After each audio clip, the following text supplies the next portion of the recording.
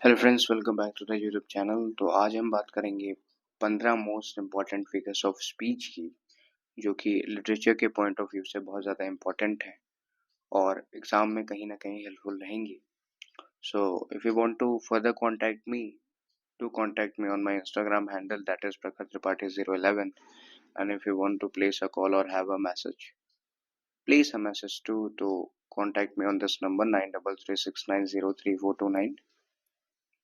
I will try to reply you. So without wasting any further time, let us begin with the figures of speech. तो पहला जो हम deal करेंगे that is Simli. तो सिमली के साथ अच्छी बात यह है कि बहुत आसान होता है और ये बच्चे बहुत ज़्यादा पसंद करते हैं इसको। अ direct comparison between two different things like और एज लगा के यूजिंग लाइक और एक्स, यानी कि अगर आपको कंपेयर करना है और कैसा कंपैरिजन चाहिए, आपको डायरेक्ट कंपैरिजन चाहिए तो आप सीधे लगाइए, लाइक लगा लीजिए या एज लगा हुआ आप देख जाइए तो समझ जाइए कि कौन सा लिटरेरी डिवाइस है, दैट इज सिमली। एग्जाम्पल्स में अगर देखें तो हर smile was as bright as the sun, he ran like the wind. अब यहाँ पे देखो, एज द सन और रैन लाइक द विंड, यानी कि एज और लाइक लगा के जब कंपैरिजन होता है तो उसे सिमली कहते हैं। दैट्स इट, बहुत सिंपल है। सेकंड आता है हमारे पास metaphor and indirect comparison where one thing is said to be another. एक इनडायरेक्ट कंपैरिजन होगा, ध्यान रखने वाली बात यह है कि इनडायरेक्ट कंपैरिजन होना चाहिए। कंपैरिजन कैसा होगा? इनडायरेक्ट होगा और एक चीज को दूसरी चीज बताई जाएगी, यानी कि एक कोई चीज दूसरी चीज की तरह पोर्ट्रे किया जाएगा। एग्जाम्पल देखते हैं, टाइम इज अ थीफ, कि टाइम एक थीफ की तरह है। या जैसे जब आपका क्या है, जब चोर आता है तो चोरी करके जब चला जाता है तभी पता चलता है कि चोरी हो गई, वैसे ही टाइम यानी समय जब बीत जाता है तभी पता लगता है कि समय बीत चुका है। She has a heart of stone, अब किसी का भी दिल पत्थर का तो होगा नहीं, लेकिन अब हार्ट को स्टोन की तरह पोर्ट्रे किया गया, तो ये मेटाफर है। कंपैरिजन देख लेते हैं कि लाइक लगा के जब कंपैरिजन होगा तो सिंबली होगा, लेकिन लाइक और एज के बिना जब कंपैरिजन होगा तो मेटाफर होगा। और मेटाफर की खास बात, एक खास बात और है कि ये जो मेटाफर होता है, जिन दो चीज़ों का कंपैरिजन करता है, ये भले ही वो दोनों एक दूसरे से डिफरेंट होती हैं, लेकिन उनके जो कुछ क्वालिटीज़ हैं वो मिलती रहती हैं। जैसे टाइम बीत जाता है तो पता लगता है चोर चोरी करके चला जाता है, तब पता लगेगा कि चोर जा चुका है, उसी तरह का कुछ नेचर होता है टाइम और चोर दोनों का ही। हियर कम्स पर्सोनिफिकेशन, तीसरे नंबर पे पर्सोनिफिकेशन है, गिविंग ह्यूमन लाइक क्वालिटीज या human qualities to non human things. इसमें एक बहुत खासा गलती करते हुए मैं टीचर्स को भी देखता हूँ और बच्चों को भी देखता हूँ कि वो बोल देते हैं कि नॉन लिविंग थिंग्स को लिविंग लिविंग थिंग यानी कि ह्यूमंस की तरह ट्रीट करना गलत है। वो human like qualities to non human things. अब नॉन ह्यूमन थिंग्स में लिविंग भी आता है, नॉन लिविंग चीजें भी आती हैं। जैसे नॉन ह्यूमन थिंग्स में तो जानवर भी आते हैं, तो अगर किसी जानवर को भी आप ह्यूमन लाइक क्वालिटी दे रहे हो तो भी वो पर्सोनिफिकेशन के ही जॉनरा में फॉल करेगा या फिर पर्सोनिफिकेशन के ही अम्ब्रेला में फॉल करेगा। Example, the wind whispered through the trees, यानी जो हवा है वो बुनबुना रही थी या फुसफुसा रही थी ट्रीज के बीच से। जैसे जब हवा चलती तो आवाजें आती हैं। The stars danced in the sky, यानी कि तारे टिमटिमाते टिमटिमाते हैं, तो इसका मतलब ये थोड़ी ना है कि वो वहाँ डांस कर रहे हैं, लेकिन ये पर्सोनिफिकेशन है कि स्टार तो डांस कर ही नहीं सकता, तो भी उसको ऐसा पोर्ट्रे किया गया। नेक्स्ट है हाइपरबोले। हाइपरबोले के साथ बहुत आसान लिटरेरी डिवाइस है, एन एक्सट्रीम एक्सैजरेशन फॉर इफेक्ट। कोई भी एक बात है उसको बढ़ा चढ़ा के बोल दो, वो हाइपरबोले हो गई। जैसे I have told you a million times, जैसे आपके टीचर्स स्कूल में बोला करते हैं कि 1000 बार पूछोगे 1000 बार बताऊंगी या बताऊंगा, तो वो हाइपरबोले की कैटेगरी में आएगा। She cried reverse of tears, यानी कि वो इतना रोई कि नदियां बह गई, आंसुओं की नदियां बहा दी उसने, तो ऐसा पॉसिबल नहीं है, वो मर जाएगी अगर इतना रोएगी तो। यहाँ पे यही वाली बात है कि दिस इज कॉल्ड हाइपरबोले। तो पर्सोनिफिकेशन और हाइपरबोले हो चुका है। वी मूव फर्दर, एलिटरेशन की बात करें, ये भी बहुत इजी है, बच्चों का फेवरेट होता है ये एलिटरेशन, सिंबली और मेटाफर और एक पर्सोनिफिकेशन, ये चार पांच बहुत याद होते हैं सबको। एलिटरेशन की बात करें तो repetition of same consonant sound at the beginning of words, यानी कि सेम कॉन्सोनेंट साउंड रिपीट होता है। याद रखने वाली बात है, सेम कॉन्सोनेंट साउंड, ये इंपॉर्टेंट है, कॉन्सोनेंट साउंड बहुत ज़्यादा इंपॉर्टेंट है। और कहाँ पर रिपीट होता है? बिगिनिंग ऑफ वर्ड्स में, यानी कि शुरुआत में ही रिपीट हो जाएगा। एग्जाम्पल में, Peter Piper picked a pack of pickled papers, यानी पीपीपी रिपीट हो रहा है, इसका मतलब मैं नहीं समझा रहा हूँ। She sells she sells seashells by the seashore, तो यहाँ पे एस रिपीट हो रहा है। तो ये दोनों ही बहुत आसान है, दोनों आसान एग्जांपल्स हैं। शुरू में लेटर रिपीट होना चाहिए, और लेटर कैसा होना चाहिए, कॉन्सोनेंट साउंड का लेटर होना चाहिए। असोनेंस देख लो, रिपीटिशन ऑफ वॉवल साउंड होना चाहिए, वॉवल साउंड रिपीट होना चाहिए, और नियर बाय वर्ड्स यानी आसपास रिपीट होना चाहिए।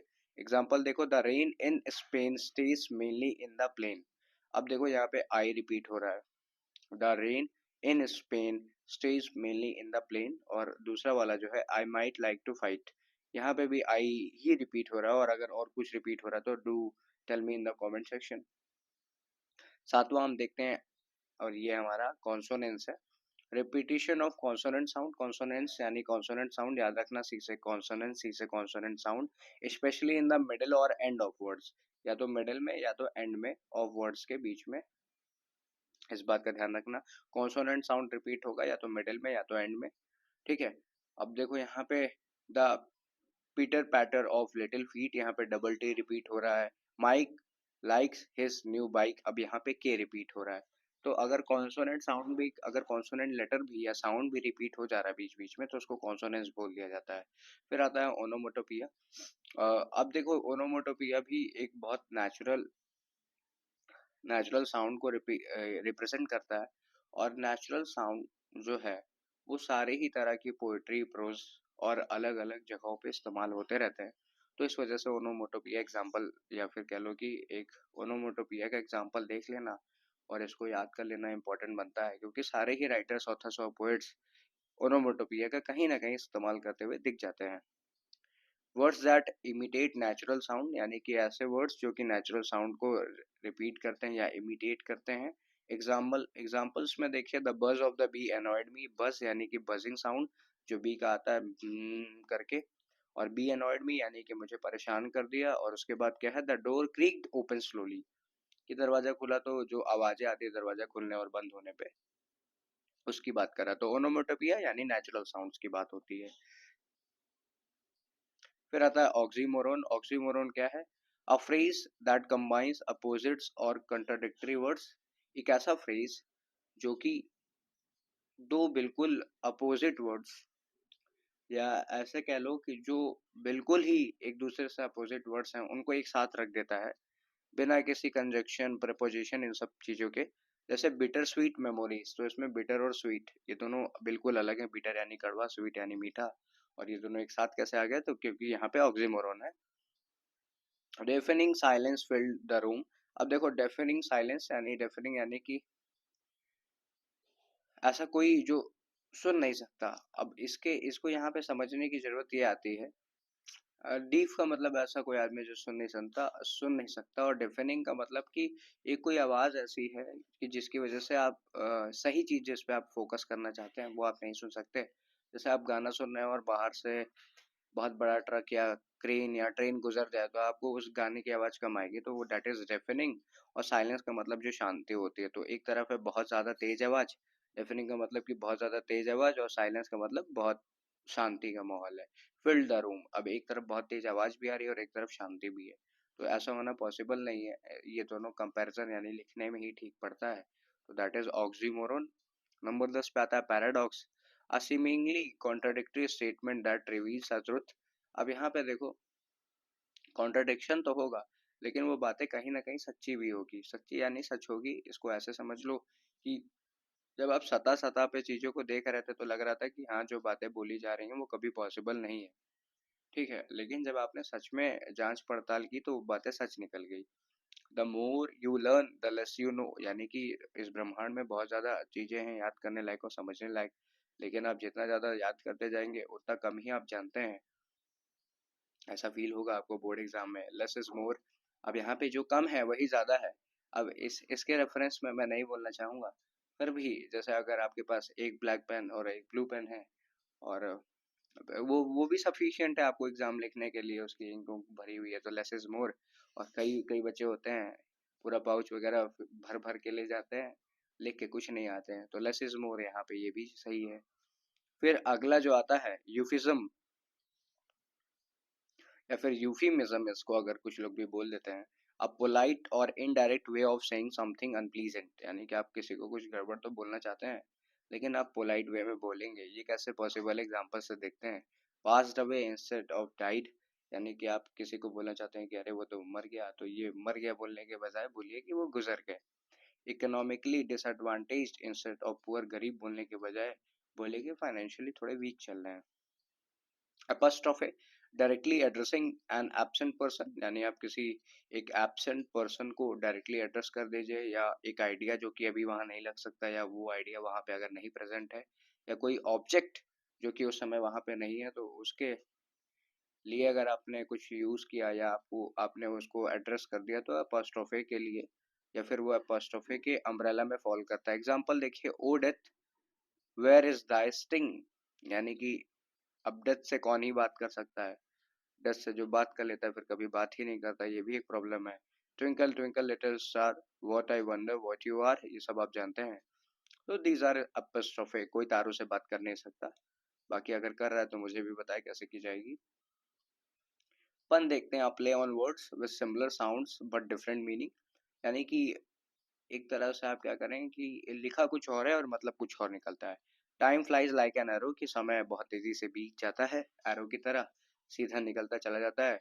फ्रूट फ्लाइज लाइक अ बनाना, और ये जो मक्खियाँ मक्खियाँ होती हैं वो बनाना खाना पसंद करती हैं। फ्रूट फ्लाइज लाइक अ बनाना, यहाँ पे फ्लाइज और फ्लाइज दो बार आया है, लेकिन दोनों फ्लाई का मतलब अलग अलग है। I used to be a baker, पहले मैं एक बेकर हुआ करता था, but I couldn't make enough dough. अब ये देखो, यहाँ पे पन आया कि अब यहाँ पे क्या है, I used to be a baker, ठीक, मैं बेकरी में काम करता था, but I couldn't make enough dough, यानी कि मैं अपने लिए ही रोटी नहीं जुगाड़ कर पाया।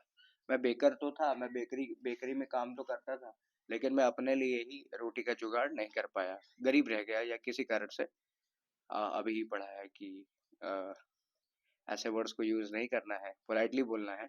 तो पोलाइटली के लिए हम यूफिज्म यूज करेंगे, तो हम बोलेंगे कि इकोनॉमिकली डिसएडवांटेज्ड रह गया, कि मैं अपने लिए रोटी का जुगाड़ नहीं कर पाया।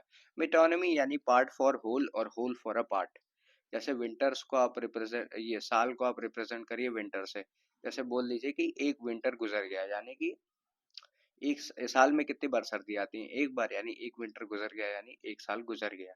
या फिर आप बोलिए कि एक साल गुजर गया, तो इसका मतलब ये हुआ कि एक एक समर और एक विंटर गुजर गया। पार्ट फॉर होल, यानी कि कुछ हिस्से का इस्तेमाल करिए पूरे के लिए, और पूरे को बताने के लिए कुछ का इस्तेमाल करिए। देखिए यहाँ पे क्या लिखा है, replacing the name of something with something closely associated with it, यानी आप किसी एक चीज को हटा दीजिए और उसकी जगह दूसरी चीज का इस्तेमाल करिए, और वो दोनों चीजें एक दूसरे से बहुत क्लोजली रिलेटेड हो। एग्जाम्पल देखते हैं, the white house issued a statement, और व्हाइट हाउस तो एक बिल्डिंग है, वो तो स्टेटमेंट कभी इशू नहीं कर सकता। लेकिन द प्रॉब्लम हियर इज कि व्हाइट हाउस ही यूएस गवर्नमेंट को रिप्रेजेंट करता है, व्हाइट हाउस एक तरह से यूएस गवर्नमेंट को डायरेक्टली रिप्रेजेंट करता है। The crown will decide the nation's fate, अब ये देखो, क्राउन यानी वो जो राजमुकुट है, राजमुकुट कभी भी फैसले नहीं लेता, लेकिन जिस आदमी या औरत के सर पे राजमुकुट होता है वो फैसले लेता है। तो यानी राजमुकुट से राजा या रानी को डिपिक्ट कर देना, या राजा या रानी से राजमुकुट को डिपिक्ट कर देना, डेट इज मेटोनिमी। और इसी के साथ 15 मोस्ट इंपॉर्टेंट लिटरेरी डिवाइसेस जो कि कम से कम पता ही होनी चाहिए एक बेहतर आंसर लिखने के लिए और एक बेहतर लिटरेचर का स्टूडेंट बनने के लिए। That's it, here we are.